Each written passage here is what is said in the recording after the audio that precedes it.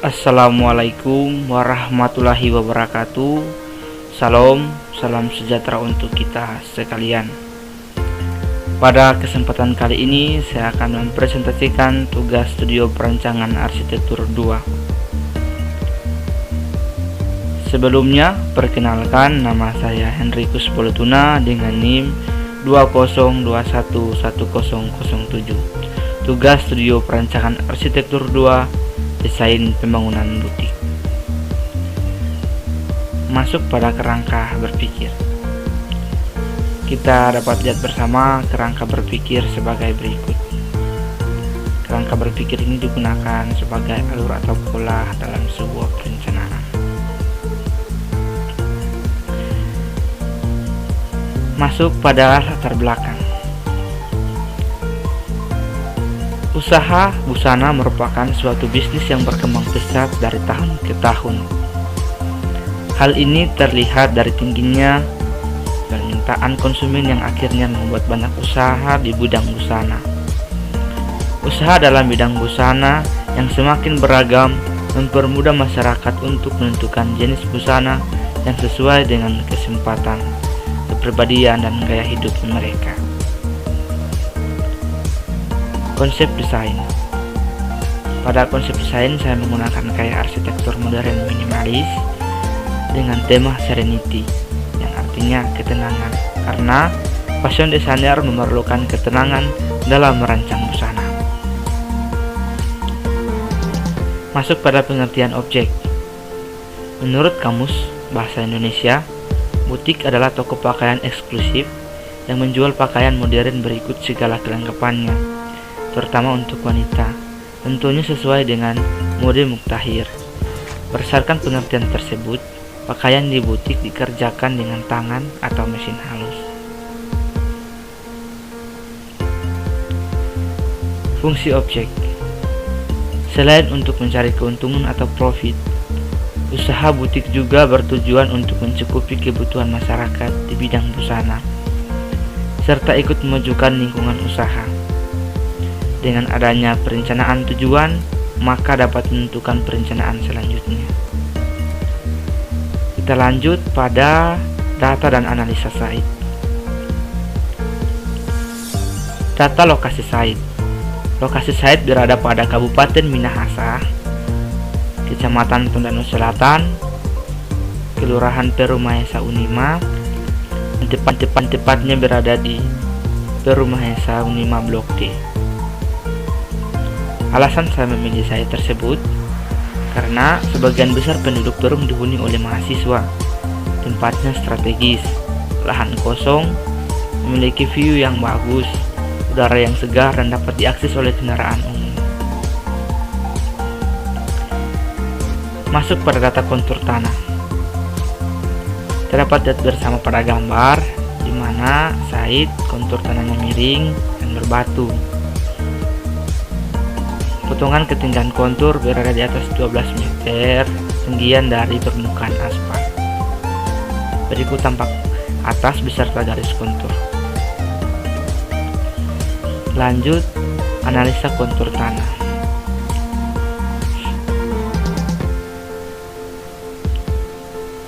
Dalam data menunjukkan bahwa posisi dalam pembangunan sebagai sebuah butik yang berkontur miring dan berbatu, maka dari itu untuk mengatasi permasalahan itu perlu alternatif untuk membangun di tanah yang berkontur.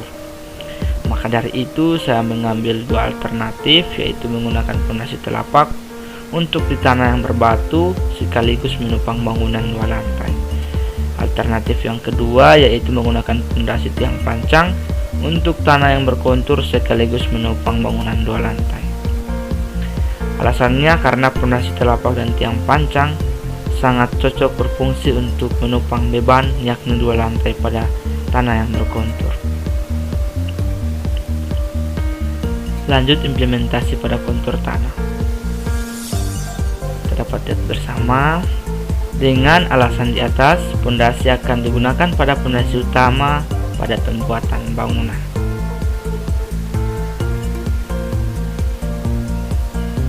Masuk pada luas lahan. Terdapat lihat bersama di mana gambar keliling site utara 15 meter, timur 20 meter, selatan 15 meter, barat 20 meter.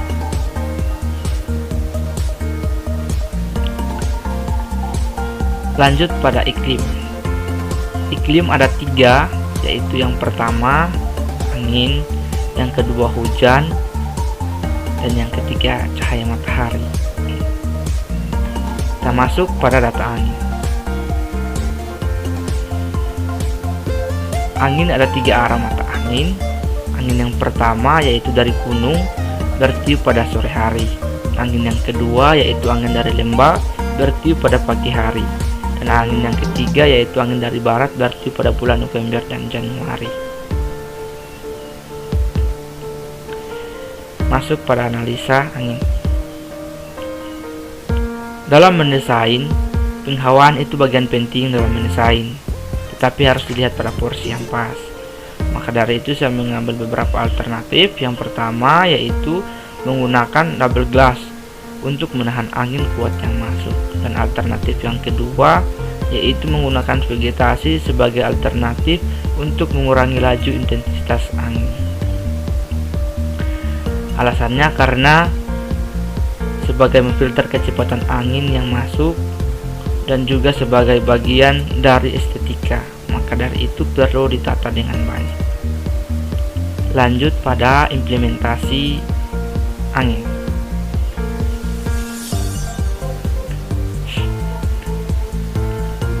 Dengan alasan di atas, vegetasi akan diterapkan pada depan bangunan, sedangkan double glass akan diterapkan pada dinding depan dan belakang bangunan. Lanjut, kita masuk pada data curah hujan.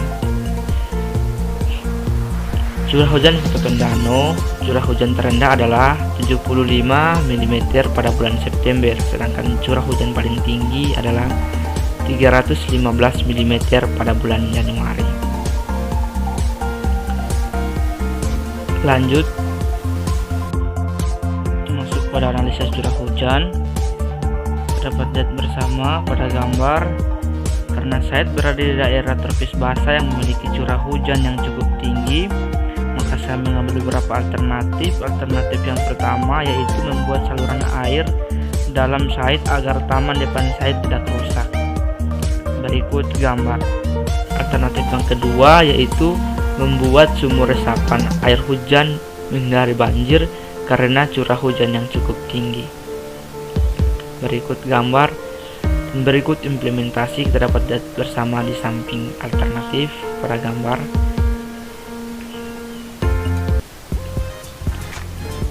Lanjut pada cahaya matahari.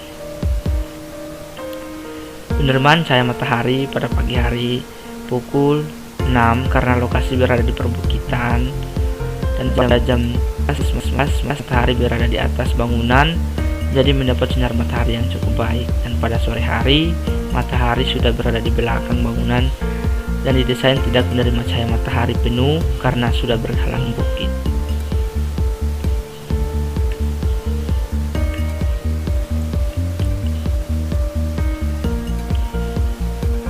Analisis cahaya matahari. Pada perancangan bangunan ini, pencahayaannya sudah cukup baik. Tapi pada sisi lain, pasti ada satu sisi yang mendapatkan sinar matahari lebih, dan ada juga yang kurang. Maka dari itu saya mengambil beberapa alternatif. Alternatif yang pertama yaitu double glass, bisa difungsikan untuk mengurangi radiasi pencahayaan yang masuk pada bangunan. Alternatif yang kedua yaitu vegetasi juga dapat difungsikan untuk menghalau pencahayaan berlebih dan dapat mengurangi efek radiasi dari cahaya matahari. Alasannya karena jenis double glass memiliki keunggulan ganda selain menahan radiasi, sedangkan vegetasi berfungsi untuk menghalau pencahayaan dan juga radiasi. Kita lanjut pada implementasi pencahayaan. Kita dapat lihat bersama implementasi pencahayaan sebagai berikut.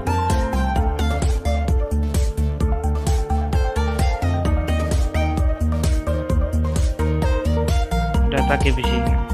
Pada data kebisingan, suara terbagi menjadi dua, yaitu suara standar dan suara paling kuat. Suara standar berasal dari hewan yang ada pada pepohonan samping dan belakang site, sedangkan suara paling kuat berasal dari kendaraan yang melintasi jalan di depan site.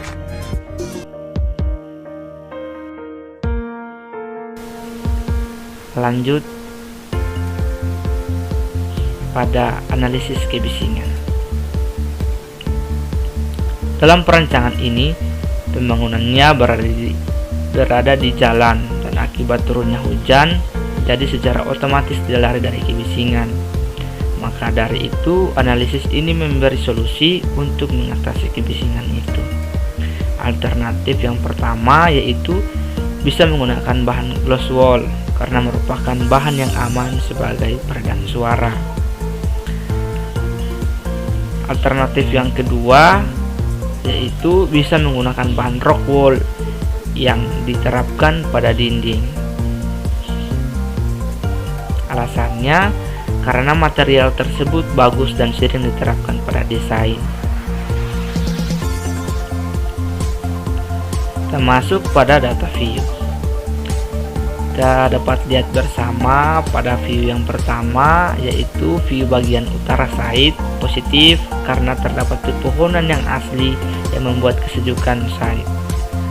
Pada view yang kedua yaitu view bagian timur site positif karena terdapat pepohonan yang asli yang membuat kesejukan site. Pada view yang ketiga yaitu view bagian selatan site negatif karena banyak semak-semak yang tidak enak dipandang. View yang keempat yaitu view bagian barat site positif karena terdapat pepohonan yang asli dan vegetasi serta perumahan warga. Lanjut pada analisa view.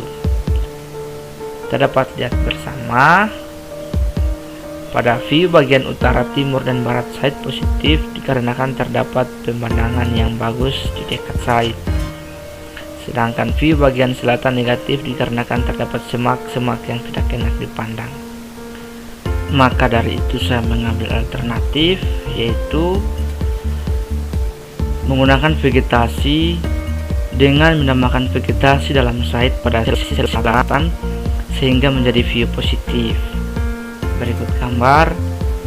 Alasannya karena vegetasi tersebut cocok selain membuat view menjadi positif, vegetasi ini juga dapat dijadikan pagar atau pembatas. Masuk pada aktivitas pengguna. Aktivitas owner yaitu konsultasi dengan customer, mendesain busana, membuat busana, istirahat. Aktivitas pegawai yaitu melayani customer, melakukan transaksi, mendata dan menata busana, istirahat. Lanjut pada aktivitas pengguna customer, yaitu konsultasi dengan owner, melihat baju, mencoba baju, transaksi, santai. Kita masuk pada kebutuhan ruang. Yang pertama yaitu ruang baju, kamar mandi, tempat istirahat, ruang kerja, tempat ganti, kasir, dan gudang. Kita masuk pada besaran ruang. Dapat lihat bersama kamar mandi, kasir, tempat ganti, tempat istirahat. Lanjut pada hubungan ruang. Kita dapat lihat bersama pada gambar di mana keterangannya A sama dengan pencahayaan, B sama dengan penghawaan, C sama dengan sinar matahari. Di mana lingkaran kuning sama dengan dekat, kotak hijau sama dengan agak dekat, X merah sama dengan jauh.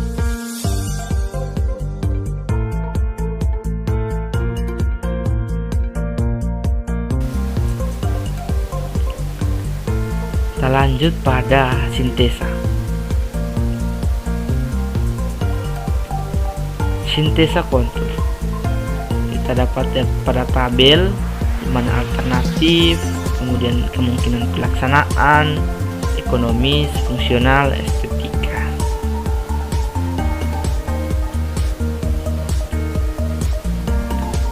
Kesimpulannya yaitu fondasi telapak lebih cocok untuk dijadikan fondasi utama sebagai penopang dan lebih mudah dipasang karena dangkal cocok dengan site yang berbatu.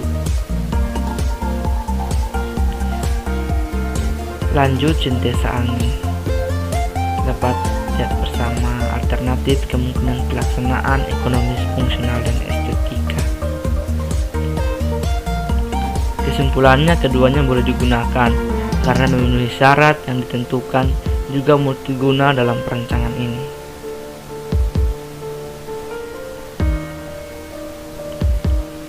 Lanjut sintesa curah hujan. Dapat lihat bersama alasannya. Kesimpulannya keduanya boleh digunakan karena memenuhi syarat yang ditentukan serta karena posisi pembuatannya tidak merugikan satu sama lain antara kedua alternatif. Lanjut sintesa pencahayaan. Kesimpulannya keduanya bisa digunakan karena memenuhi syarat yang ditentukan, juga multiguna dalam perancangan ini. Next, sintesa kebisingan.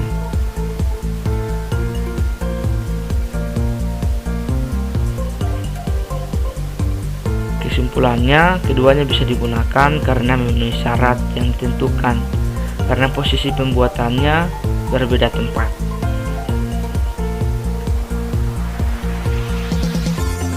Lanjut pada sintesa view.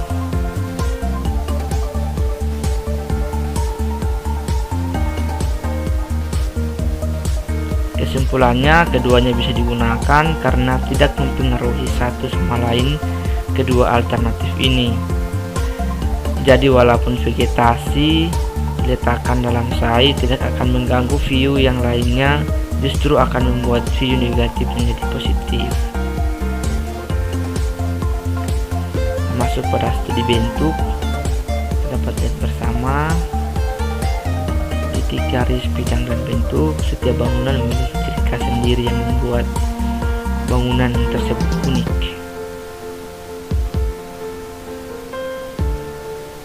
Lanjut pada gambar kerja. Gambar kerja kita dapat lihat bersama dengan lantai 1 sebagai berikut.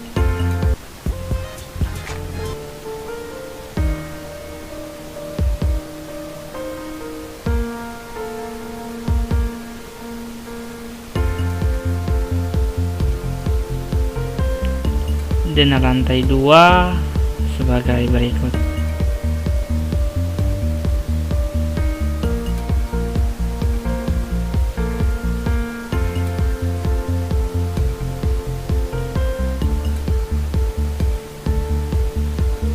Lanjut pada potongan AA.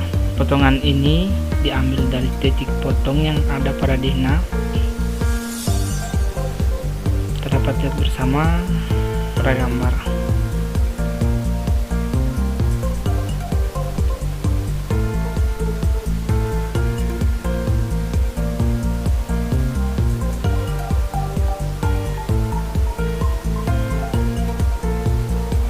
Lanjut pada potongan BB.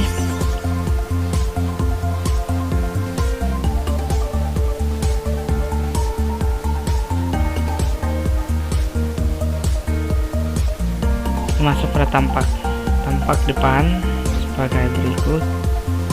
Dapat lihat bersama.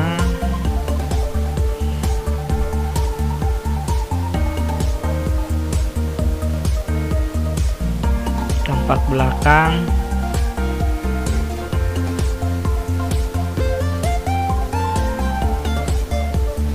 Tampak samping kanan.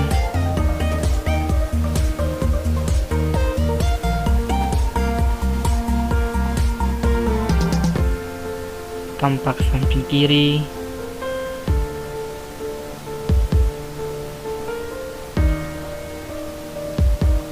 layout side plan-nya,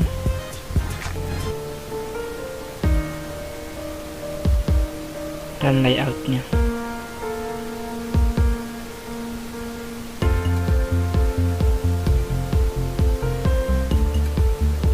Terima kasih. Sekian dari saya. Assalamualaikum warahmatullahi wabarakatuh. Salam sejahtera untuk kita sekalian.